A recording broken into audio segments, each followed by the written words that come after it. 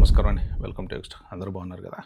B1, B two visa apply చేసుకునేటువంటి parents మీ పిల్లలు గనక అమెరికాలో ఉండి సిటిజన్‌లైనా, గ్రీన్ కార్డ్ వాళ్ళైనా, హెచ్1బీ వీసా హోల్డర్స్ అయినా, ఏ వీసా మీద ఉంటున్నా సరే మీ ఏజ్ గనక అబోవ్ 50 ఉంటే మీకు ప్రియారిటీ అనేది కోల్కతా యూఎస్ ఎంబసీ వాళ్ళు ప్రియారిటీ స్లాట్ అనేది మీకు ఇస్తారని చెప్పేసి కొత్తగా వాళ్ళు ఎక్స్‌పోస్ట్‌లో ఇదైతే మెన్షన్ చేశారు. కానీ దానికి ఎలిజిబిలిటీ క్రైటీరియా అనేది ఉందనమాట.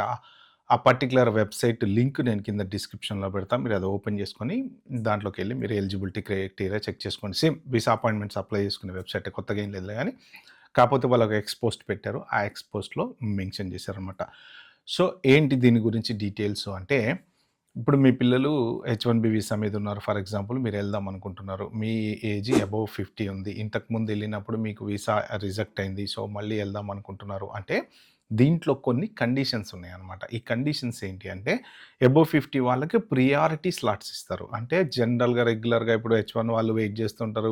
స్టూడెంట్స్ వెయిట్ చేస్తుంటారు. మీ బీ1, బీ2 వాళ్ళు వెయిట్ చేస్తుంటారు. తర్వాత బిజినెస్ మీద ఎళ్ళేటువంటి వాళ్ళు వెయిట్ చేస్తుంటారు వీసా అపాయింట్మెంట్స్ కోసం. కానీ మీరేంటంటే మీ ఏజ్ ప్రకారం మీరెళ్ళి దాంట్లో అంటే చెప్పాలి. ఏంటి రీజన్ ఏంటి అన్ని రీజన్‌లు పెడితే ఆ రీజన్స్ ప్రకారం మిమ్మల్ని ఫిల్టర్ చేసి మీకు ప్రియారిటీ స్లాట్ ఇచ్చి, ప్రియారిటీ స్లాట్ ఇచ్చినంత మాత్రాన మీకు వీసా వస్తదని గ్యారంటీ లేదు. కానీ ప్రియారిటీ స్లాట్ దేనికి ఇస్తారు అంటే మీరు అబోవ్ 50 కాబట్టి. ఆ బేస్ మీద మాత్రమే ఇస్తారనమాట. మరి ఈ జ్యూరిస్డిక్షన్ ఎలా ఉంది ఏంటి అనేది కూడా ఎక్కడ క్లియర్‌గా రాయలేదు గానీ, దాంట్లో న్యూస్‌లో రాసిన దాని ప్రకారం వాళ్ళ ఎంబసీ వాళ్ళు పెట్టినటువంటి ఎక్స్‌పోస్ట్ ప్రకారం ఏంటంటే అబోవ్ 50 వాళ్ళకి ప్రియారిటీ ఇస్తారు. ఆ ప్రియారిటీని మీరు ఎలా చూసుకోవాలంటే, మీకు ఆల్రెడీ ఇంతకుముందు వీసా రిజెక్ట్ అయిందనుకోండి, మీకు ప్రియారిటీ రాకపోవచ్చు. మీకు ఫస్ట్ టైమ్ ఎళ్తున్నారు ఫర్ ఎగ్జాంపుల్ మీ పిల్లల దగ్గరికి. మీరు అసలు మీకెప్పుడు వీసా రిజెక్షన్స్ లేవు. డినయల్స్ గాని, రిజెక్షన్స్ గాని ఏమీ లేవు. అలాంటప్పుడు డెఫినిట్‌గా ఖచ్చితంగా మీకు స్లాట్ దొరికేటువంటి ఛాన్స్ ఉంది. దాంతో పాటు ఏంటంటే లాస్ట్ 24 మంత్స్‌లో ఎవరైనా వీసా రిజెక్ట్ అయిన వాళ్ళు ఉండుంటారు గదా! వాళ్ళు గూడా మళ్ళీ అప్లై జేసుకోవచ్చనమాట. సో, అంటే గ్రాడ్యుయేషన్‌కెళ్ళేటువంటి వాళ్ళ పేరెంట్స్ గనక అబోవ్ 50 ఉంటే వాళ్ళు గూడా అప్లై జేసుకునేటువంటి ఛాన్స్ ఉంది. ఎవరైనా సరే మీరు ప్రయత్నం జేయొచ్చు. కానీ ఇక్కడ ఏంటంటే, మీరు డాక్యుమెంట్స్ అన్నీ కరెక్ట్‌గా తీసుకొనెళ్ళి, మీరు స్లాట్ గనక అడిగితే, మీరు వాళ్ళు అనుకున్న టర్మ్స్ అండ్ కండిషన్స్ గనక మ్యాచ్ అయితే, ఆ ప్రియారిటీ కండిషన్స్ ప్రకారం మీకు ఇచ్చేటువంటి ఛాన్స్ ఉందనమాట. అయితే దీంతో పాటు ఏంటంటే, మీకు ఇంతకు ముందు గనక ఏదన్నా ఇప్పుడు ఆల్రెడీ వీసా ఉన్న వాళ్ళు ఉంటారు గదా! చాలామంది 10 ఇయర్స్ వీసా ఉన్నవాళ్ళు, వీళ్ళు వీసా అయిపోయిన వాళ్ళు ఎవరైనా, వాళ్ళకి కూడా ప్రియారిటీ ఇవ్వచ్చు. బట్ ఒకవేళ మీకు ఇంతకుముందు ఓవర్ స్టేలు గాని ఏమన్నా ఉన్నా, లేకపోతే ఇట్లాంటివి ఏమన్నా మీరు ఏది 1 డే ఎక్స్‌ట్రా స్టే ఉన్నటువంటివి గాని, మెయిన్ ఉండేది ఓవర్ స్టేనేలెండి. అంతకన్నా ఇంకేముంటది కానీ అలాంటివి ఏమన్నా ఉంటే మాత్రం మీ ప్రియారిటీ స్లాట్‌లో స్లాట్ దొరకకపోవచ్చు. దా దాని ప్రకారం ఏంటంటే ఓన్లీ క్లీన్ హిస్టరీ ఉండి ఫస్ట్ టైమ్ ఎళ్ళే వాళ్ళకి మాత్రం ప్రియారిటీ స్లాట్ అనమాట. సో, ఇంకొకటేంటంటే ఈ పర్టిక్యులర్ దాంట్లో నేను చెప్దాం అనుకుంది, చాలామంది నాకింకా కామెంట్స్ పెడుతున్నారు బీ1, బీ2 వాటికి. మొన్న ఒకళ్ళు నాతో చాట్ చేశారు ఇన్‌స్టాలో. అన్ని డాక్యుమెంట్స్ కరెక్ట్ ఉన్నాయండి. మాకు ప్రాపర్టీ డాక్యుమెంట్స్ ఉన్నాయి. మా బీ1, బీ2 వీసా రిజెక్ట్ అయింది. మేము మా పిల్లోడు గ్రాడ్యుయేషన్‌కి ఎళ్దాం అనుకుంటున్నాము. ఎందుకు రిజెక్ట్ అయింది? మేము కొంచెం ఏమన్నా అడిగిన దానికన్నా ఎక్కువ ఏమన్నా మాట్లాడుంటామా? అది ఇదని. సో, నేను దీనికి సంబంధించినటువంటి ఇంటర్వ్యూలో మీరు ఎలా మాట్లాడాలి? ఏం మాట్లాడాలి? ఏం క్వెషన్‌లు అడుగుతారు? అని ఒక పవర్ పాయింట్ ప్రెజెంటేషన్ వీడియో చేశా. ఎవరు చూడలేదది. అసలు ఇప్పుడు ఒకళ్ళిద్దరు అక్కడిక్కడ అవసరమైతే చూస్తున్నారు తప్ప, మీరు దాంట్లో క్లియర్‌గా ఏం డాక్యుమెంట్స్ తీసుకెళ్ళాలి? మీ కొడుకు సిటిజన్ అయితే ఏం డాక్యుమెంట్స్ తీసుకెళ్ళాలి? హెచ్1బీ వీసా హోల్డర్ అయితే ఏం డాక్యుమెంట్స్ తీసుకెళ్ళాలి? మీరు ఏం డాక్యుమెంట్స్ తీసుకెళ్ళాలి? ఏది మిస్ చేయకుండా ఉండటం కోసం ఎలా మాట్లాడాలి? అన్నీ ప్రాపర్‌గా వీడియో చేశా. మిస్ అయితే అది లింక్ కింద డిస్క్రిప్షన్‌లో పెడతా.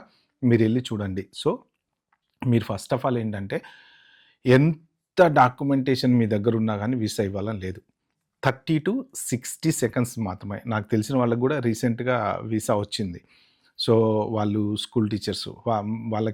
వాళ్ళు జాబ్ జేస్తున్నారు ఇద్దరు. వచ్చింది ఏం లేదు, జస్ట్ 30-60 సెకండ్స్ మీ పిల్లోడు ఏం జేస్తారు అది ఇది అన్నారు. వీసా ఇచ్చేసారు.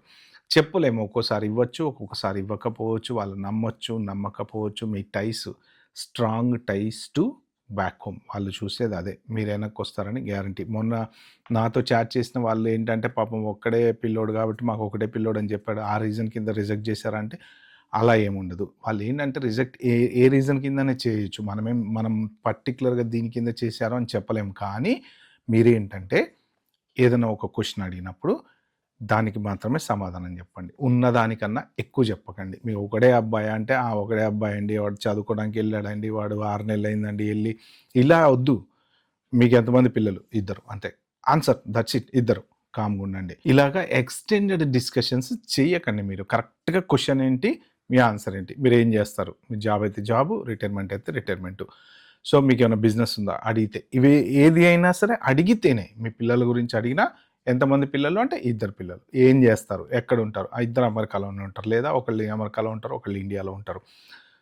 ఏం జేస్తారు అని అడిగితే అప్పుడు ఒక అబ్బాయి ఐటీ జాబ్ జేస్తారండి. ఇంకొక అబ్బాయి టీచర్ అండి. అట్లా మీరు వాళ్ళు అడిగిన క్వెషన్‌కి తప్ప మీరు ఎక్స్‌ట్రా ఏమన్నా చెప్పడానికి ప్రయత్నం జేస్తే ఏమవుతదంటే, వాళ్ళు ఏదో మీకు కొంచెం కావాలన్నా అక్కడికెళ్ళి ఎట్లో గట్ల ఎళ్ళిపోవాలి అమెరికా అన్న తాపత్రయం మీకుందేమో అన్నట్టు వాళ్ళు ఊహించుకొని వీసా ఇవ్వరనమాట. ఎందుకు అంటే వీసా ఇవ్వకపోవడానికి రీజన్స్ గూడా మన వాళ్ళు జేసినటువంటి తప్పులే. చాలామంది తల్లిదండ్రులు అక్కడికెళ్ళి చైల్డ్ కేర్ సెంటర్‌లు నడపడము, తర్వాత బయట హోటళ్ళల్లో పని జేయడము, రెస్టారెంట్‌లలో ఫుడ్ కటింగులు జేయటము, తర్వాత పక్కన పిల్లల్ని చూసుకోవటము, దింపటము, తీసుకురావటము, ఏదో ఒకటి డబ్బుల కోసము వీళ్ళు గూడా ఏంటంటే ఏముందండి ఇప్పుడు రిటైర్ అయిన తర్వాత కొంచెం ఓపికున్నటువంటి పేరెంట్స్ ఖాళీగా ఉన్నారనుకోండి, వాళ్ళకి వీసా ఉంటది, ఎళ్తారు.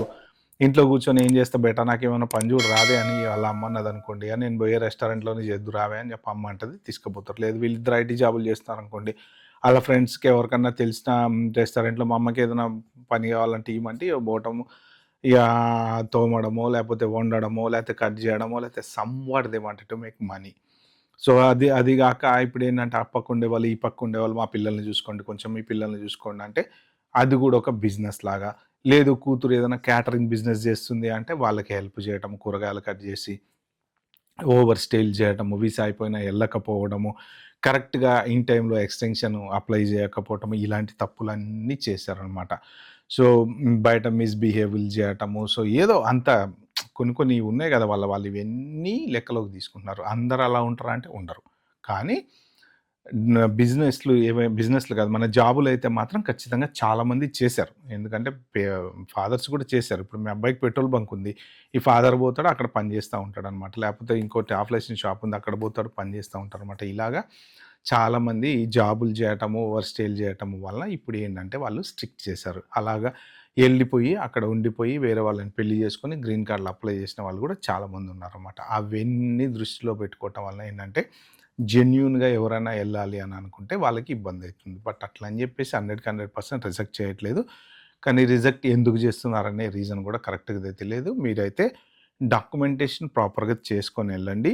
అడిగిన క్వెషన్‌కి మాత్రమే సమాధానం చెప్పండి. అంతకన్నా ఎక్కువ మీరైతే ఇన్వాల్వ్ అవ్వకండి. మీకెవరికైనా ఇంగ్లీష్‌గా అయితే వాళ్ళ ఇంగ్లీష్ కనుక రాకపోతే మీరక్కడ ట్రాన్స్‌లేటర్‌ని అడగండి. వాళ్ళు మీకు ట్రాన్స్‌లేటర్‌ని ప్రొవైడ్ జేస్తారు. వాళ్ళే కన్వర్షన్ అనేది క్యారీ జేస్తారు మీ ఇద్దరికి మధ్యలో. ఓకే. అయితే హస్బెండ్‌ని అడిగితే వైఫ్ సమాధానం చెప్పటం. వైఫ్‌ని అడిగితే హస్బెండ్ సమాధానం చెప్పటం. ఇలాంటివి చేయకండి. ఎవ్వరిని అడిగితే వాళ్ళకే చెప్పండి. ఇప్పుడు మీకు హస్బెండ్‌ని ఫైనాన్స్‌కి సంబంధించినవి అడుగుతారు. మదర్స్‌ని ఏం అడుగుతారు అంటే జనరల్‌గా పిల్లలు ఎంతమంది ఎక్కడున్నారు ఏంటనేది అడుగుతారు. సో, అంత మటికి మీరు సమాధానం చెప్పండి. సో, మీరు జనరల్‌గా ఇళ్లల్లో మనం ఎట్లా ఉంటది మనకి ఇన్వాల్వ్ అయిపోతుంటాం. మా హస్బెండ్ ఎవరితోటన్నా ఏదైనా మాట్లాడుతుంటే ఇంటికి ఎవరైనా వచ్చి చుట్టాలు కూర్చొని ఏదైనా క్వెషన్ అడిగితే వీళ్ళు ఇన్వాల్వ్ అయిపోతారు. సేమ్ లేడీస్ డిస్కషన్‌లో హస్బెండ్‌లు ఇన్వాల్వ్ అయిపోతారు. అది పర్సనల్ డిస్కషన్ వరకు ఫైన్ మీకు. ఎంబసీలో ఇంటర్వ్యూకెళ్ళినప్పుడు ఆయన సమాధానం చెప్తుంటే, అట్ట కాదండి ఇట్ట అండి అని మీరు మధ్యలో దూరొద్దు. సో, వైఫ్ చెప్తుంటే అరే! ఈమెకి తెలుసో లేదో అని ఈమె తప్పు చెప్తుందేమో అని టెన్షన్ పడి మీరు మధ్యలో దూరొద్దు. చెప్పనీయండి. తప్పైనా, రైట్ అయినా చెప్పనివ్వండి. ఎందుకంటే మీరు కవర్ చేసినట్టు ఉంటదనమాట. వాళ్ళ ముందు ఇప్పుడు పొరపాటున బై మిస్టేక్ టెన్షన్ పడి ఇద్దరు పిల్లలా, ముగ్గురు పిల్లలా అంటే ముగ్గురు పిల్లలని చెప్పారనుకోండి కంగారు పడి ఉండొచ్చు. మీరప్పుడు కాదు కాదండి మాకు ఇద్దరు పిల్లలే అని మీరు అన్నారనుకోండి ఏమవుతదంటే మీరేదో కవర్ చేసినట్టు అవుతదక్కడ. ప్రతి ఒక్కటి కూడా వాళ్ళు నెగెటివ్ వేలోనే చూస్తారు. చెప్పినా ఓకే చెప్పని ఏమైతది తర్వాత అక్కడ అవతల ఆఫీసర్ ఏదైనా ఎక్స్‌ట్రా క్వెషన్ అడిగినప్పుడు అప్పుడు మీరు కవర్ చేయండి. కానీ ఒకళ్ళనొకళ్ళు కవర్ చేసుకోవద్దు. మీది మీదే, ఆమెది ఆమెదే. ఆమెను అడిగిన క్వెషన్‌లకి ఆమె సమాధానం చెప్తది. తప్పైనా, రైట్ అయినా ఇన్వాల్వ్ కావద్దు. ఒకళ్ళ దాంట్లో ఒకళ్ళు ఇన్వాల్వ్ కావద్దు. ఇది మాత్రం ఖచ్చితంగా గుర్తుపెట్టుకోండి మీరు. డెఫినిట్‌గా ఇది గుర్తుపెట్టుకుంటే మీకు వీసా వచ్చేటువంటి ఛాన్స్ ఉంది. ఎక్కడ వీసా రిజెక్ట్ అవ్వడానికి ఛాన్స్ ఉందంటే డిస్కషన్స్‌లోనే తప్పు చెప్పడము, ఏదో చెప్పడము పోతున్నాయన్నమాట. ఓకే ఫ్రెండ్స్, ఇది వీడియో చెప్దాం అనుకుంది. వీడియో మీకు నచ్చినట్టు ప్లీజ్ అండి like, share, subscribe my channel. Thank you. By by. Have a good day.